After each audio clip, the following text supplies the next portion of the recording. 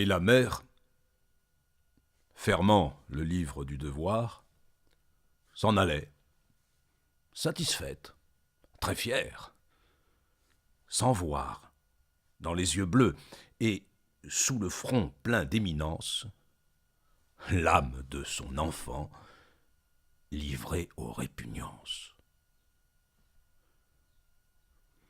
Tout le jour, il suait d'obéissance, très intelligent.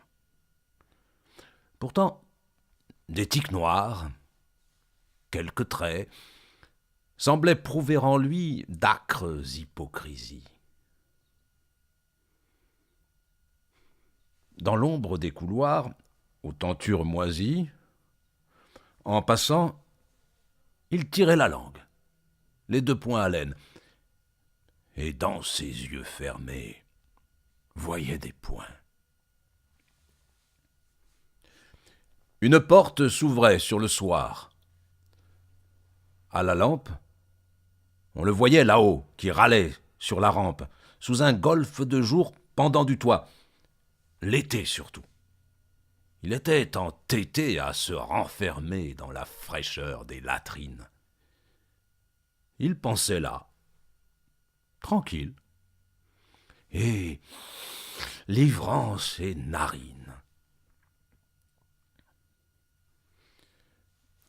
Quand, lavé de l'odeur du jour, le jardinet, derrière la maison, en hiver, s'illunait, gisant au pied d'un mur enterré dans la marne, et pour des visions écrasant son œil d'âne, il écoutait grouiller les galeux espaliers. Pitié.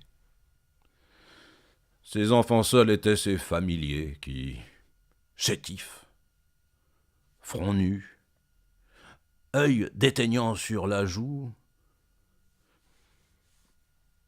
cachant des maigres doigts jaunes et noirs de boue sous des habits puant la foire et tout vieillots, conversaient avec la douceur des idiots.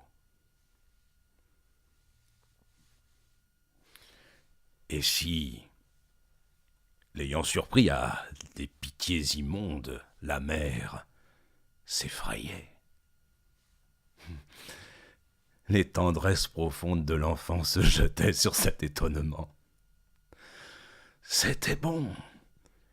Elle avait le bleu regard qui ment. À 7 ans, il faisait des romans sur la vie du grand désert où lui la liberté ravit. Forêt, rive, savane. Il cédait de journaux illustrés où rouge, il regardait des Espagnols rire et des Italiennes. Quand venait, l'œil brun, folle, la fille des ouvriers d'à côté en robe d'indienne, la petite brutale, et qu'elle avait sauté dans un coin sur son dos, en secouant ses tresses, et qu'il était sous elle. Il lui mordait les fesses, car elle ne portait jamais de pantalon. Et par elle, meurtrie des poings et des talons, remportait la saveur de sa peau dans sa chambre.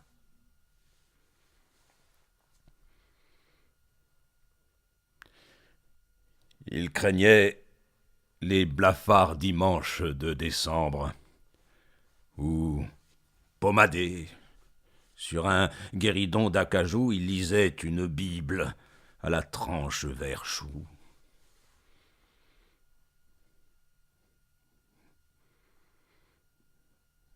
Des rêves l'oppressaient chaque nuit dans l'alcôve.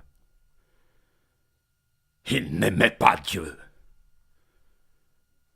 Mais les hommes, qu'au soir fauve, noirs, en blouse, il voyait rentrer dans les faubourgs, où les crieurs, en 3 roulements de tambour, font autour des édits rire et gronder les foules.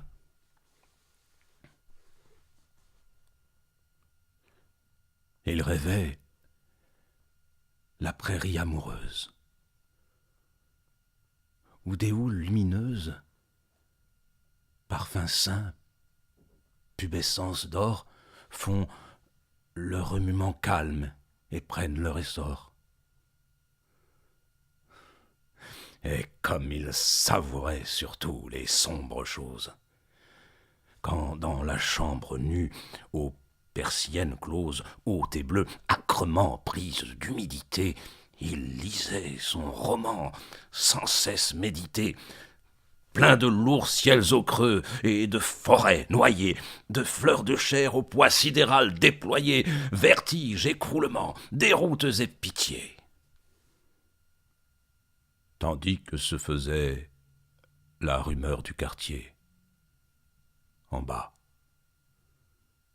seul et couché sur des pièces de toile, écru, et pressentant violemment la voile.